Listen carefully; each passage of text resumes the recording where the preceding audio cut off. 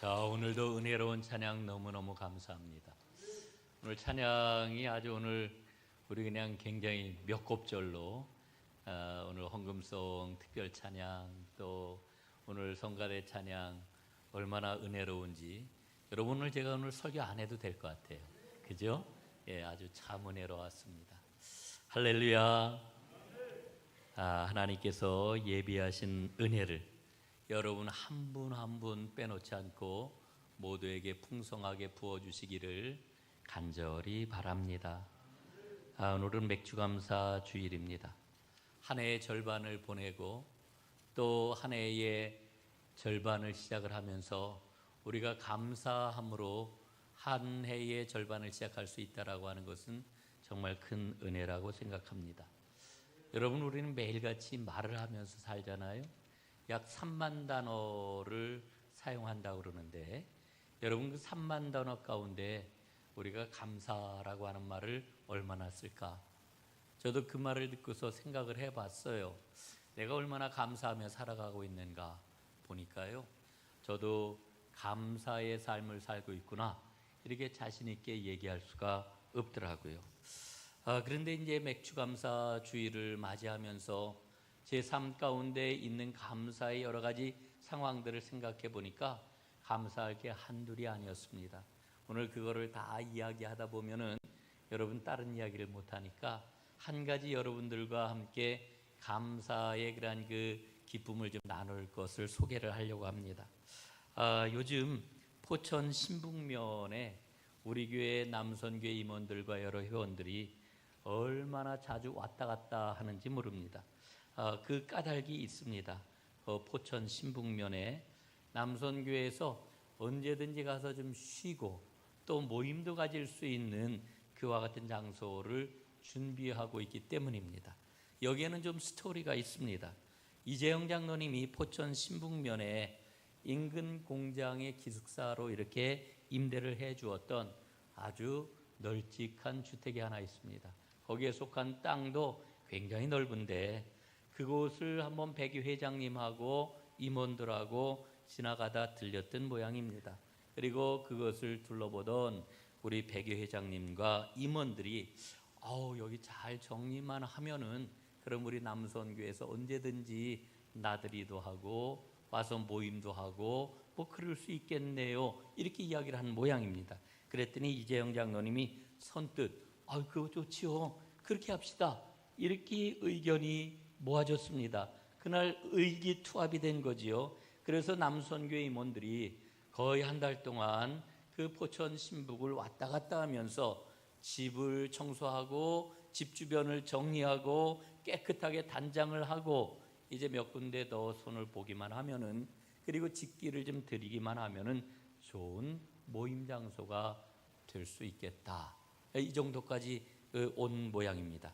어제 그 임원 한 분이 저한테 사진을 보내줘 가지고 제가 사진을 한번 쭉 봤더니 방도 많고 그리고 충분하게 화장실도 있고 몇 개씩이나 되고 얼마나 좋은지 모르겠습니다. 그런데 이야기하기를 우리 남선교회뿐만 아니라 여선교회나 혹은 청장년선교회나 혹은 교회의 여러 소그룹들이 그저 언제든지 가서 이용을 할 수 있도록 하면은 좋겠다, 이렇게 생각을 하고 우리 이재영 장로님이 키를 하나 마련을 해가지고 교회 사무실에다가 이렇게 두고 언제든지 가서 사용을 할 수 있도록 하면은 좋겠습니다, 이렇게 이야기를 하셨어요. 얼마나 감사하고 제가 얼마나 기쁜지 저도 빨리 좀 그곳을 한번 가봐야 되겠다, 이렇게 생각을 합니다. 정말 잘 됐죠? 정말 귀하고 좋은 일이다, 감사한 일이다 하는 생각을 갖습니다. 저는 성경 말씀을 볼 때마다 하나님이 참 기가 막힌 분이시다라고 하는 고백을 하게 됩니다. 한치의 오차도 없으신 완벽하신 분이라고 하는 확신을 갖습니다. 하나님이 기대하고 소원하는 게 있으십니다. 그게 뭘까요? 하나님이 택한 하나님의 백성이 행복한 겁니다. 하나님의 백성들이 평화롭게 사는 겁니다. 그리고 하나님의 백성들이 기쁘게 살아가는 것을 하나님은 원하십니다. 그래서 하나님이 마련하신 장치가 있습니다. 그 장치 가운데 제일 중요한 게 뭔지 아십니까? 구약 성경에 보면은요, 이스라엘 백성에게 하나님께서 뭐를 마련해 놓으셨느냐? 1년에 3차례 감사하라, 감사의 절기를 마련해 놓으시고 감사하라 이렇게 말씀을 하고 계셔요. 예? 1년에 3차례. 여러분, 우리가 3대 감사절기라고 이렇게 이야기를 하는데, 이 3대 감사절기는 출애굽을 기념하는 유월절과 그 다음에 연말에 추수해서 드리는 수장절과 그리고 초실절인 맥추감사절기입니다. 여러분, 오늘 우리가 지키고 있는 맥추감사절의 뿌리는 농사를 지어가지고 첫 번 수확물로 하나님께 감사의 제사를 드리는 그와 같은 절기입니다. 여러분, 하나님이 이스라엘에게 왜 3대 절기를 마련해 놓으시고 그 절기를 지키라고 하셨다고요? 감사하라고. 여러분, 감사하는 사람이 바로 하나님의 백성이기 때문에 그렇습니다. 이걸 알려주시려고 하나님께서는 감사절을 마련해 주신 것이지요. 감사하는 태도를 가질 때 우리는 하나님께서 약속하신 모든 축복을 받아 누릴 수가 있습니다. 감사가 무엇일까? 감사는 하나님을 기억하는 겁니다. 또한 감사는 하나님이 삶의 주인이시라고 하는 것을 고백하는 일이기도 합니다. 우리 감리교에서는요, 매 절기가 되면은 공동 설교문을 온그란 그 교육자들과 함께 나눕니다. 이번에도 맥주감사절을 맞이하면서 저에게 당도한 그 공동 설교문을 보니까 이번 맥주감사절기에는 정학진 목사님이 설교를 쓰셨는데, 누가복음 17장에 나오는 10명의 나병 환자들이 예수님께 고침받는 장면을 굉장히 의미 있게 설명을 하더라고요. 제가 그 설교문을 읽으면서 굉장히 은혜를 받았습니다. 이를테면은 이런 내용입니다. 10명의 나병 환자는 모두 다 기도의 사람이었다, 이렇게 이야기를 합니다. 여러분, 예수님이 지나가시는 것을 보고 10명의 나병 환자들이 손을 높이 들고 예수님을 구합니다. 우리를 긍휼히 여기소서, 불쌍히 여기소서, 우리를 고쳐 주옵소서. 그런데 예수님께서는 이와 같이 소리 높여 외치는 이들의 기도를 들으셨습니다. 그래서 발걸음을 멈추셨습니다. 그리고 이들에게 관심을 하신 거지요. 그리고 두 번째로는 이들은 모두 다 믿음의 사람이었다고 이야기를 합니다. 예수님이 그 나병 환자에게 말씀을 하셔요. 가서 제사장에게 너희의 몸을 보여라. 예수님이 단 한마디 말씀을 주셨는데, 주님의 이 단 한마디의 말씀을 믿고 이 10명의 나병 환자들은 자기의 고향으로, 자기의 집으로 뛰어갔지요. 여러분, 얼마나 큰 믿음의 모습입니까? 그런데 집으로 가다가 몸이 깨끗하게 나았을 때 예수님께 돌아온 한 사람이 있었어요. 돌아와서 예수님께 감사한 사람이 있었어요. 나머지 9명은 모두 다 바쁘게 자기의 집을 향해 사라져 버리고 말았습니다. 예수님께서는 돌아와서 감사하는 그 한 사람에게 말씀을 하시지요. 그 나머지 9도 깨끗하여지지 아니하였느냐? 그 9은 어디 있느냐? 이렇게 물으셨지요. 여러분, 여기서 우리는 무엇을 깨닫습니까? 예수님이 찾으시는 사람은 바로 감사의 사람이구나 하는 것을 깨닫습니다. 사랑하는 여러분 모두 다 감사의 사람이 될 수 있기를 주님의 이름으로 축복합니다. 감사하는 기도의 사람에게, 감사는 믿음의 사람에게 나타나는 삶의 모습입니다. 여러분, 우리는 모두 다 그런 생각을 하죠. 감사가 너무너무 중요하다. 근데 제가요, 이 감사절기를 보낼 때마다 설교를 할 때 굉장히 조심해요. 왜냐하면은 감사하는 사람이 됩시다 그러면은 대부분 많은 사람들이 오해를 하더라고요. 어떻게 오해를 하냐면은 감사하기 위해서는 어떻게 해야 되지? 무엇을 해야 되지? 이게 외형적인 그런 모습만 놓고서 감사를 생각하는 이와 같은 경우를 굉장히 많이 봐요. 예? 우리가 얼마나 결심을 많이 해요. 감사하는 사람 돼야지. 또 한 걸음 더 나아가서 감사의 훈련을 받아야지. 그래서 이 감사하는 삶을 훈련하기도 하지요. 여러분, 그러나 감사하는 삶은 단순히 외적인 것 가지고, 특별히 외적 훈련을 통해 가지고 얻어지는 게 아닙니다. 물론 감사 훈련을 하면은 우리에게 큰 유익이 있다는 것은 틀림이 없습니다. 여러분, 그런데 기억해야 될 게 있어요. 그게 뭐냐? 감사는 보다 근원적이라고 하는 거지. 감사하는 모습을 보면은 이 사람이 정말 예수 믿는 사람, 하나님의 사람이라고 하는 이와 같은 이야기를 할 수가 있습니다. 예? 하나님의 백성의 삶을 보여주는 신앙의 본질이 바로 감사인 것입니다. 그러니까 신실하고 바른 믿음을 가진 사람에게는 감사하는 삶이 저절로 나타난다라고 하는 겁니다. 여러분, 그렇다라고 하면은 이 감사를 불러오는 진정한 그 신앙의 내용이 무엇일까요? 오늘 세 가지를 여러분들과 함께 나누려고 하는데, 첫 번째는 하나님을 아는 겁니다. 하나님을 알 때 우리는 감사하는 사람이 될 수가 있습니다. 사랑하는 여러분, 하나님을 잘 아시기를 바랍니다. 정말 내가 하나님을 잘 아는지 한번 돌아봐야 돼요. 예? 여러분, 예수님 당시에 유대인들은 하나님을 잘 안다고 생각을 했어요. 그러나 그들은 하나님을 잘 알지 못했습니다. 그러니까 예수님을 배격했지요. 그렇죠?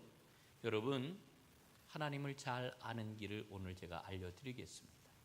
그 길이 뭘까? 예, 그 길이 뭘까? 그 길은요, 인격적으로 예수님을 만나는 겁니다. 고린도전서 1장에 보니까 그리스도는 하나님의 능력이고 그리스도는 하나님의 지혜다, 이렇게 일러주고 있어요. 그러니까 예수 그리스도를 잘 알게 되면은 하나님을 제대로 알 수가 있는 거예요. 그러므로 한번 질문을 이렇게 바꿔볼 수가 있을 것 같아요. 예수님을 어떻게 우리가 잘 알 수 있을까? 예? 여러분, 어떻게 하면 예수님을 잘 알 수 있을까요? 예수님 그러면은 여러분 뭐가 제일 먼저 생각나시나요? 예수님. 그렇죠? 십자가가 생각날 거예요. 예수님 그러면 무조건 십자가가 생각이 나지요. 여러분, 십자가는 예수님의 모든 것이라고 이렇게 이야기할 수 있습니다. 고린도전서 1장 18절에 보니까 우리에게 이렇게 말씀을 들려주어요. 한번 함께 읽어보겠습니다. 시작. 십자가의 도가 멸망하는 자들에게는 미련한 것이요 구원을 받는 우리에게는 하나님의 능력이라. 아멘. 그렇죠. 그렇죠. 여러분, 십자가가 구원받지 못하는 사람들에게는 미련하기 짝이 없는 거예요. 그러나 구원을 받는 우리에게는 하나님의 능력입니다. 그러니까 십자가를 알면은 하나님을 알 수가 있는 거지요. 십자가가 도대체 뭘까? 예? 십자가가 뭐겠습니까? 여러분, 사도 바울 이후에 최고의 선교사로 일컬어지는 스탠리 존스라고 하는 선교사님이 계십니다. 평생을 인도에서 선교사로 사역을 하시다가 큰 족적을 남기고 하나님의 부르심을 받은 분인데, 이분이 하나님께서 나를 선교사로 부르시는구나, 이 소명을 받고 하나님 앞에 결단을 합니다. 그리고는 이제 선교사가 되겠다고 어머니에게 말씀을 드렸어요. 그런데 어머니가 그 소식을 듣고서는 걱정하기 시작을 합니다. 한탄을 합니다. 아니, 우리 아들이, 이렇게 잘난 아들이 인도에 가가지고 평생토록 고생하면서 선교 사역을 하겠다니 너무너무 어머니 마음이 아픈 거예요. 그런데 얼마 지나지 않아가지고, 옛날 이야기니까요, 형에게 전보가 한 통 날라왔습니다. 전보의 내용이 뭐냐? 어머니가 곧 돌아가실 것 같으니 집으로 돌아오라 하는 그와 같은 전보였습니다. 스탠리 존스는 어머니를 너무너무 사랑하는 그런 아들이었습니다. 이제 스탠리 존스는 너무 갈등이 되는 거예요. 야, 어머니가 이렇게 아프시다는데, 어머니가 언제 돌아가실지 모른다는데, 이건 내가 선교사로 가야 되는가? 갈등을 하게 되었지요. 예?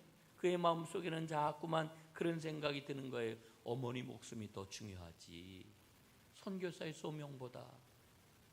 이렇게 막 마음을 아파하면서 갈등하고 있는데, 그 그 순간 스탠리가 하나님 앞에 무릎을 꿇고 기도를 합니다. 그가 어떤 기도를 드렸느냐? 이런 기도를 드렸어요. 하나님, 저는 제 소명의 결과들에 대해서는 아무 책임이 없습니다. 저는 오직 하나님께서 저를 부르시는 소명에 응답할 책임만 있는 줄로 믿습니다. 결과는 아버지께서 해결해 주셔야 되겠습니다. 저는 이제 아버지 앞에 무슨 일이 일어나든지 제 소명에 따르겠다, 그 소명을 따르겠다 결심을 합니다. 이렇게 결단하는 기도를 드렸지요. 여러분, 그런데 이 결단의 기도를 드리고 나서 어떤 일이 일어났을까요? 하나님께서 어머니를 살려주셨어요. 하나님께서 어머니의 육체와 영을 되살려 주셨어요. 그래서 그 후에 스탠리는 어머니의 그러한 그 축복을 받으면서 선교사의 길을 떠날 수가 있었고, 그리고 그는 평생토록 감사하며 사역을 할 수 있었다라고 그는 그의 자서전에서 고백을 하고 있습니다. 여러분, 십자가가 뭘까요? 십자가가 자기를 포기하는 겁니다. 자신을 내려놓고 하나님이 하시도록 하는 것, 이게 십자가입니다. 여러분, 우리가 어떻게 하나님을 알 수 있을까요? 나를 포기하지 않고서는 하나님 알 수 없어요. 여러분, 하나님 알기를 원하십니까? 하나님을 정말 보다 더 분명히 만나기를 원하십니까? 그렇다면 여러분, 하나님 앞에 여러분을 내려놓으시고 하나님이 하시게 하십시오. 그래야 하나님을 알 수가 있는 거지요. 그럴 때 우리는 감사하는 삶을 살아갈 수가 있는 겁니다. 두 번째, 하나님의 도구가 되어야 합니다. 도구는 스스로 무언가를 하려고 하지를 않아요. 경쟁하지도 않고요, 비교하지도 않아요. 도구가 된다라고 하는 것의 정확한 뜻이 뭡니까? 나를 잡고 계시는 분이 있다라고 하는 거예요. 여러분, 저는 목사잖아요. 하나님이 저를 붙잡고 계시다라고 하는 것을 한순간도 잊어서는 안 되겠지. 저는 하나님의 온전한 도구가 되어야 합니다. 여러분, 저뿐이겠습니까? 여러분 모두는 하나님의 도구가 되어야 될 줄로 믿습니다. 어느 해인가 제 후배 목사가 저한테 새해 인사장을 이렇게 보내왔습니다. 거기에 보니까 이렇게 쓰여 있었어요. 올해에는 하나님께 부림을 더 잘 받으시기를 바랍니다. 예? 올해는 하나님 앞에 부림을 더 잘 받으시기를 바랍니다. 저는 그 인사장을 받고 얼마나 마음이 뿌듯하고 기뻤는지 몰라요. 여러분, 하나님께 부림을 받는다는 것, 하나님께 쓰임 받는다는 것, 하나님의 도구가 된다는 것, 얼마나 신나는 일입니까? 여러분, 우리는 복 받기를 원해요. 모두 다 복으로 살아가기를 원하는 그런 마음을 가지고 있어요. 그런데 가장 큰 복이 무엇일까요? 그것은 바로 하나님께 온전하게 부림 받는다라고 하는 거지요. 쓰임 받는 거예요. 이 은혜가 여러분에게 꼭 임하기를 주님의 이름으로 축복합니다. 아브라함은 하나님의 부르심을 받았어요. 그래서 그는 그의 고향을 떠났고 친척을 떠났고 아버지의 품을 떠났어요. 하나님이 지시하는 땅으로 갔어요.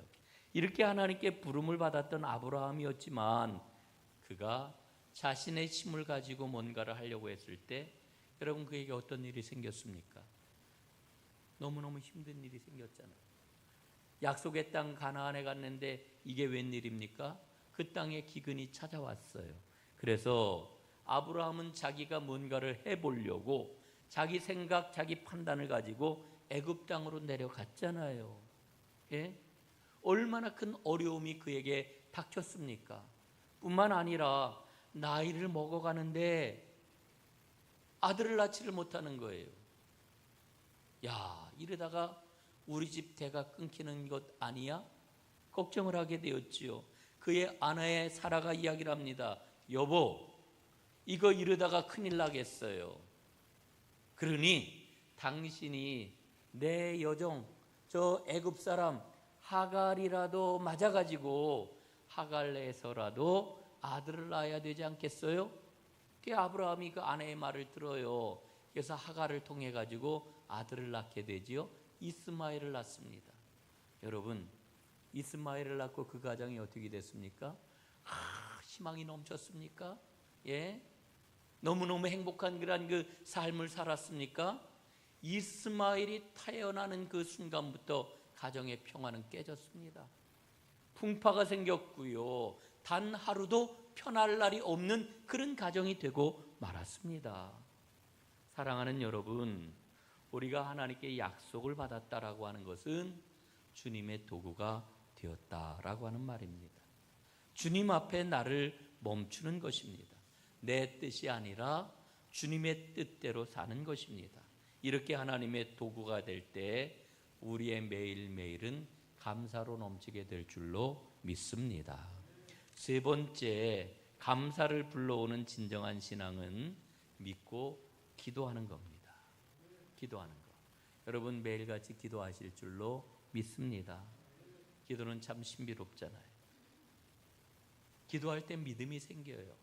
또 믿고 기도할 때 하나님의 능력이 나타나요. 그런 여러 가지 일들을 우리가 경험을 하면서 야, 기도는 참 신비롭다, 이런 고백을 저절로 하게 되지요. 이사야서 38장에 보면은 유명한 히스기야 왕의 기도가 나옵니다. 히스기야가 병이 들었어요. 하나님께서 이사야를 통해 가지고 이제 히스기야에게 통보를 하십니다. 뭐라고 통보를 하셔요? 너는 죽고 살지 못하리라. 하나님 너무 매정하시죠. 예? 어떻게 그렇게 끔찍한 말을 하나님이 하실까? 너는 죽는다. 너는 살지 못한다. 그리고 하나님이 이렇게 말씀하시는 거예요. 이렇게라도 말씀하시면 좀 나을 것 같아요. 너는 살기가 힘들어. 넌 죽을 거야. 이렇게 말씀하시면 얼마나 좋아요. 성경의 그러한 그 표현을 보니까 너는 죽고 살지 못하리라. 예? 어쩌면 이렇게 매정하게 말씀하실까? 근데요, 히스기야가 이사야 선지자를 통해 하나님의 통보를 받고 어떻게 합니까? 그가 침상에 누워 눈물을 흘리며 하나님 앞에 믿음의 기도를 올려드려요. 하나님이 히스기야의 기도를 들으셨지요. 그의 병을 고쳐 주셨습니다. 그리고 그의 수환을 15년이나 연장해 주셨습니다. 뿐만 아니라 아스루 왕이 그때의 예루살렘을 침공해 왔는데 아스루 왕의 손에서 예루살렘을 구해 주시겠다고 약속을 하십니다. 사랑하는 여러분, 하나님의 능력이 히스기야의 믿음의 기도를 통해 가지고 그의 현실이 된 겁니다. 여러분, 하나님의 능력이 어떻게 내 삶 가운데 임할 수 있겠습니까? 어떻게 나의 삶의 능력이 될 수 있겠습니까? 나의 현실이 어떻게 될 수 있어요? 바로 기도를 통해서입니다. 그 이후에 히스기야는 감사의 삶을 살게 되었지요.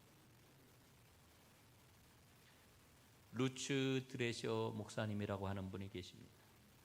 올해 초에 하나님의 부르심을 받았는데요, 이분이 우리 한국 땅에 와가지고 26년이 넘는 기나긴 세월 동안 선교사로 사역을 하셨습니다.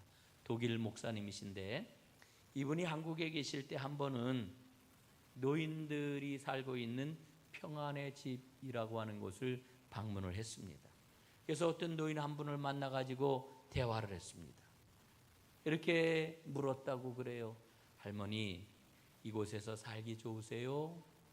그랬더니 그 할머니가 아들과 딸내를 전전하며 살았던 옛날을 회상을 하고 나서 대답을 이렇게 했지요.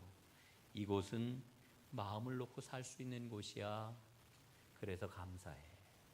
마음을 놓고 살 수 있는 곳이라고 이 할머니가 대답을 했어요.